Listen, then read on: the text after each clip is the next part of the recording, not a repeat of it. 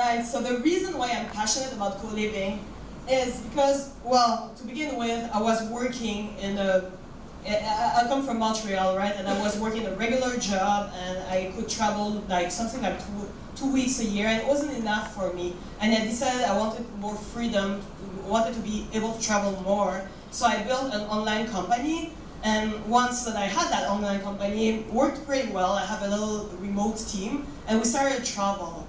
But I realized it wasn't that it wasn't that easy to travel using Airbnbs sometimes, and I had fails with Airbnbs. I was using hotels, but it's pretty expensive, so you can't travel alone with hotels.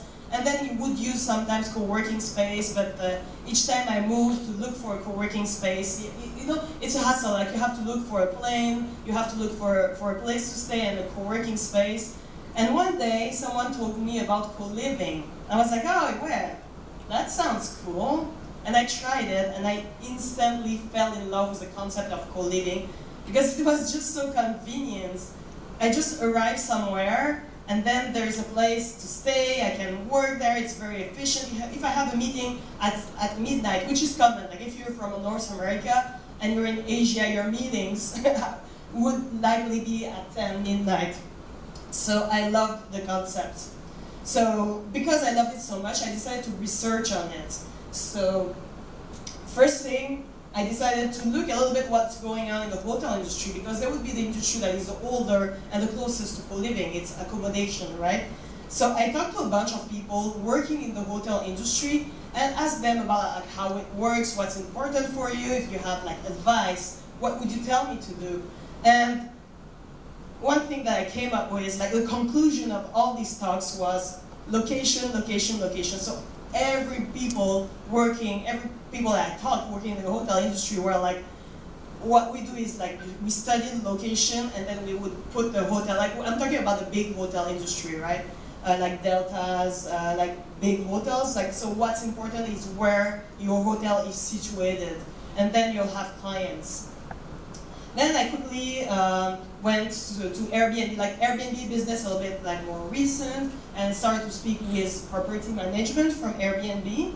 And I came up with another conclusion, very different from hotel industry, and it was price, price, price. What's important about Airbnb is how much you're gonna price it. Of course, the location is important, but over that, it's like how much you price it, because your clients are going to see all the different price from the other location, and that's what they're going to be looking for. They're going to be looking for a deal, and a $2 difference on your property would make a big difference on if it's going to be rented or not. So after that, I decided to look for co-living space. Well, I told you I'm based in Canada, and I would like you to guess the number of co-living space in Canada. I don't know if anyone has an idea.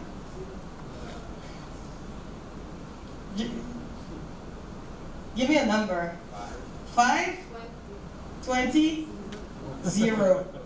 The number of actual co-living space in Canada is 0. So, very sadly, just for you, I needed to travel the world to look a little bit at what was going on over in the world. So that just since 2016 when I started to visit co-living space and also co-working space. So like some of you own space and I actually visited you. It was within this research.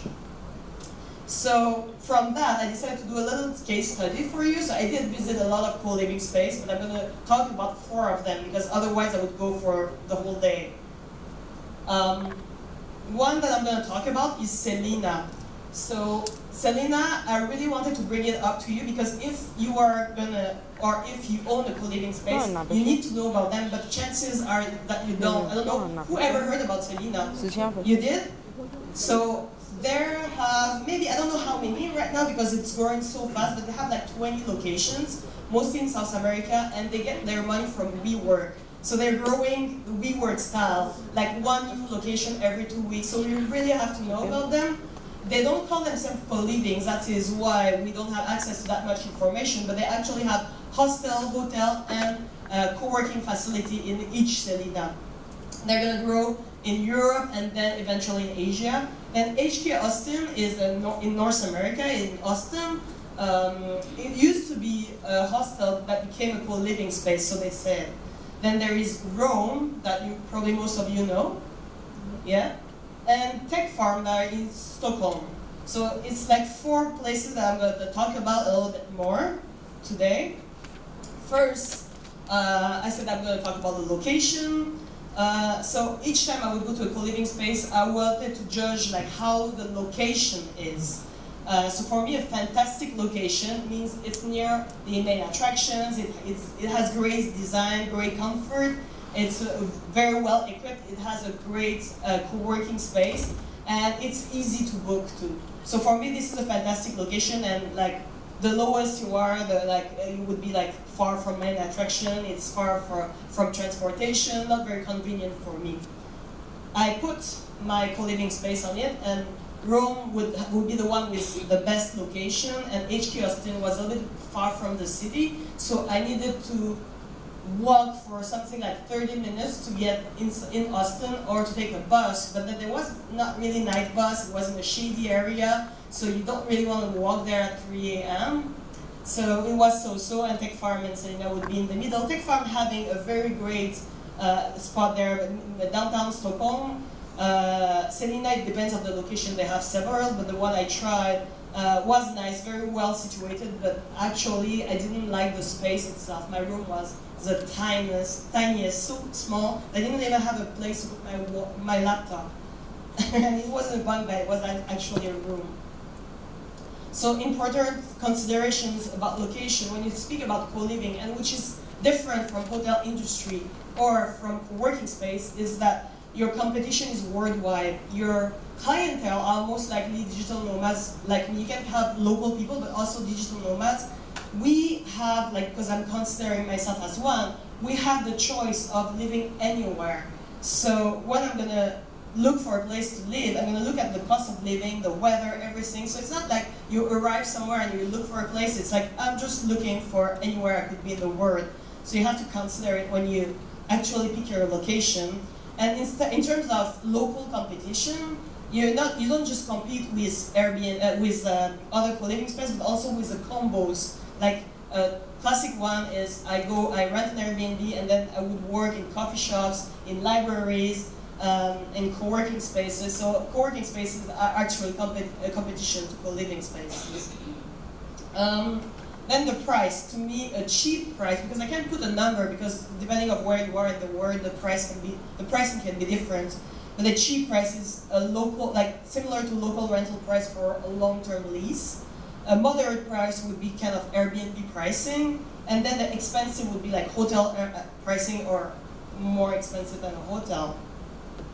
And here are my co-living spaces. So Rome, I don't know if you've heard about them, but they're very expensive. They're in Bali, where getting a hotel is cheaper than living in Rome for sure.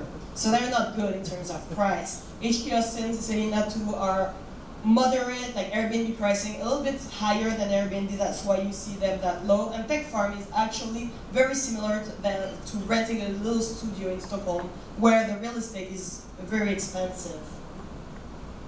The prices when you build a co-living space, or from what I've seen, and from what people told me, it's like it's based on the creation, so source of funding, where your funding comes from, how much your money costs, with the real estate, the marketing, in terms of operation, very similar to co-working spaces, the revenue vs the expense, and depends on how much your competition's price is. So you have to look at how much other co-living spaces are within your area, but also worldwide, of course, and how much the hotel, Airbnb, and individual sell their place, because nomads in particular are very aware of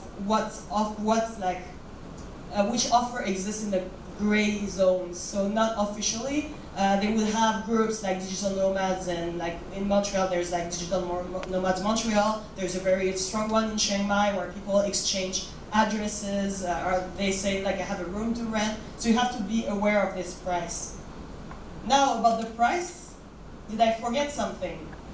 Is there something else that can make your price changed? Yeah?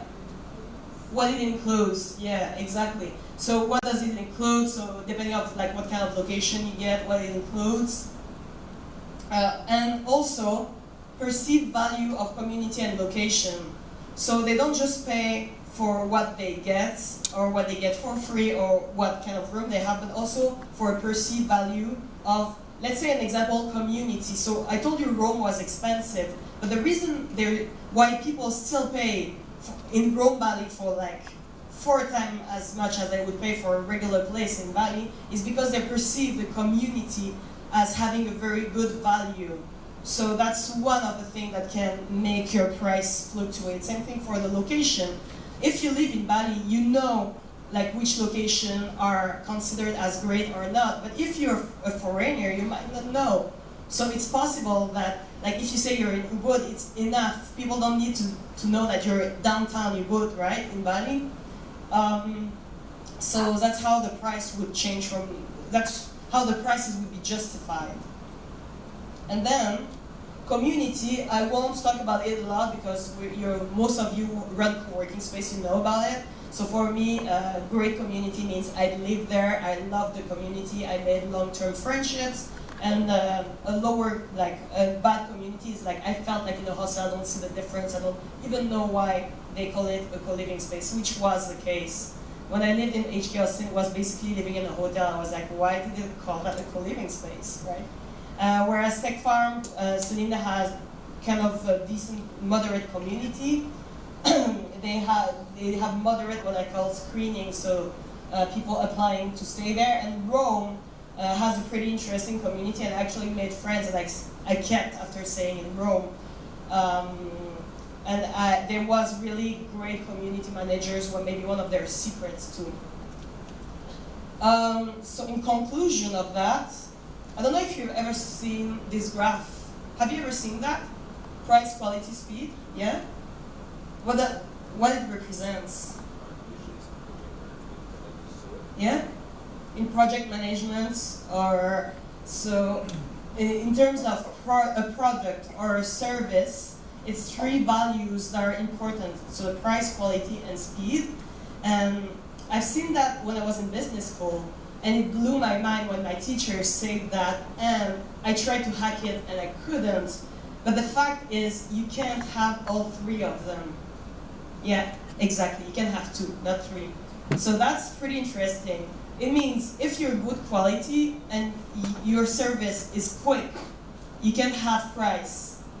You can have a good price, right? So the example that we have, I don't know if you have example for that, or if you want to hack it. Now, one example of McDonald's. You all know McDonald's. What they have? Price and speed. Price and speed, right? They don't have quality. So do you know? I've been trying. Like since I saw that, I've been trying to hack it. I couldn't. And sometimes I was like, oh yeah, Turkish Airways. It was awesome. I had great quality, great price, everything was great. But no, actually in terms of speed, or what I call speed, speed for service. It's also mean like how convenient it is. What's the convenience? So it also means applied to co-living, I would call it location. So basically there's price, community, locations. These are 3 main value of a co-living space, and I put mine in it, and I realized that no one had the 3 of them again. And then put even more co-living space that I visited, that I've seen, and again there's no one in the middle. And then another thing about the clients, so you still have this graph, but if you think about what kind of clients come, every client will come for a different value or a different set of value, right? You have a question?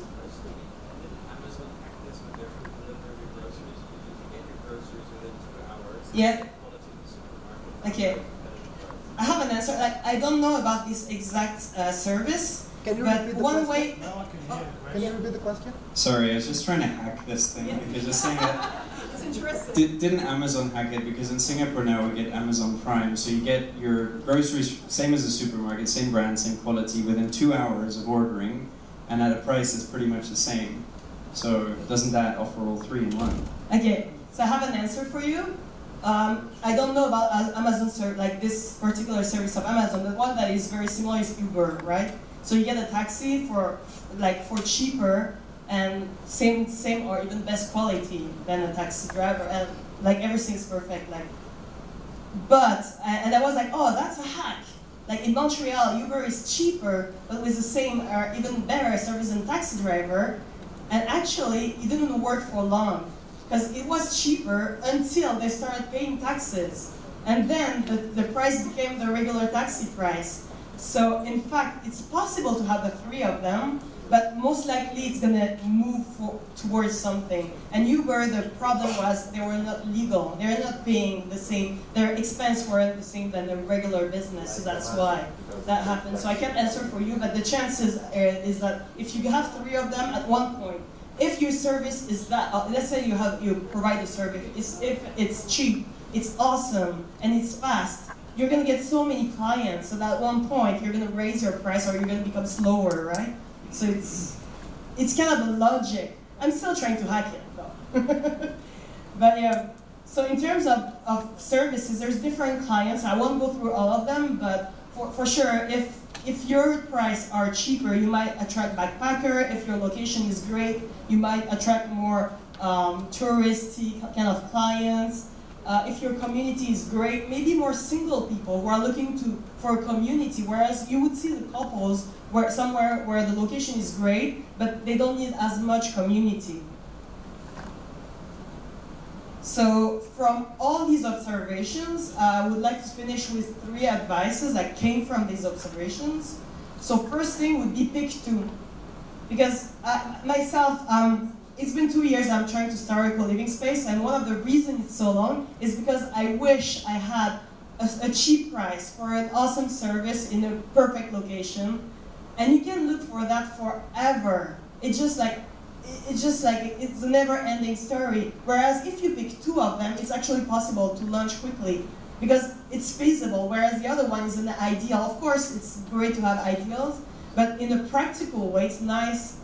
And you can pick 2, and you can actually act quickly to launch.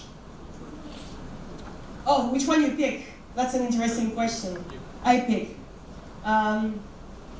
It's still hard to pick, but I would go for community and price. I'm aiming that, but there's no right answer, right? Because you saw there was clients for every value, so it's not like if you want to be a great co-living space, you should be community and location or community and price. There's actually different kind of clientele, so it depends on which target market you have or which kind of space you wanna build. So if you want to build a space that is like very expensive but has a great community and great location, you might attract maybe startups or entrepreneurs who have a certain amount of success. Okay. And then set realistic expectation, meaning don't tell your potential client that you're going to be in the middle, that you'll have all 3 of them. More so that we saw that with time going, it's very difficult to stay there. So really sell the real value you're offering. And then set realistic expectation in terms of like these 3, but also within one. So if you set very high expectation, your customer come and they expect an awesome location because your pictures are so awesome, and they come and it's not as great, they're gonna remember that. Whereas if you set realistic or even lower expectation and they come and they're surprised, they're gonna remember that experience. And that is called the wow effect in the event management, the little surprise you're gonna put. Or the little surprise, a little like gift you're giving, and it has to be for travelers in particular, something that is useful. Don't give an object that is going to be a weight when they're going to travel and they have to be under 10 kilos. And last thing is market the right value to the right market, right? So let's say you have a great price, great location in your living space, then you should market it to people who are looking to discover, maybe not someone who's looking for a community, but someone who's looking to discover a country, maybe couples, maybe travelers, more short-term travelers. If your values are community and location and that you're expensive, don't try to market it to backpacker or people who don't have the money to go into your location that is more expensive, because they're going to say that you're a scam, and it can be bad on social network. It can sound really bad, and you're not a scam. It's just that you offer values that it might not understand. So super important to market the right value to the right markets. So, this didn't go out well, but so the three things, if there's three things to remember from the presentation today, is like pick two: realistic expectations for your customers, and market the right value to your right market. Is there any questions? Do we know share something? Yep. So like in the price, quality, I mean specifically to your upcoming co-working space, I was just curious because I'm in the frame of mind of understanding more about how things are working. So don't you think location and price should be, though it's debatable, but then location and price should be the first priority, because if you're starting a co-living space, because in a month's time or a 2 months' time, you'll have a people coming in. You'll try to understand, okay, what kind of people are coming, and that will help you set up the community and the culture. That's an excellent question. Also, that we were talking about that yesterday with a group of people, but most of the co-working space would put lower price at the beginning, right, to attract clients. The thing is, what's important is that you think about of course you can lower your price at the beginning, but you have to tell people what's a real value, I think. And if your value is community and location and you don't have price, you can lower the price at the beginning. You can still use this trick, but saying this is half price and being very honest about it, and not having them hoping that it's going to be like that forever, because it might not be. Because if you pay a high lease because your location, or you paid a lot for your mortgage, and that you pay a lot for your community managers, and you invest a lot in the community, chances are that you can't have them at half price all the time. So I think it's not that you can't do that, which is still a good idea. I guess everyone's doing that, but people have to know that the cheap price is not actually a value that you're gonna keep long term.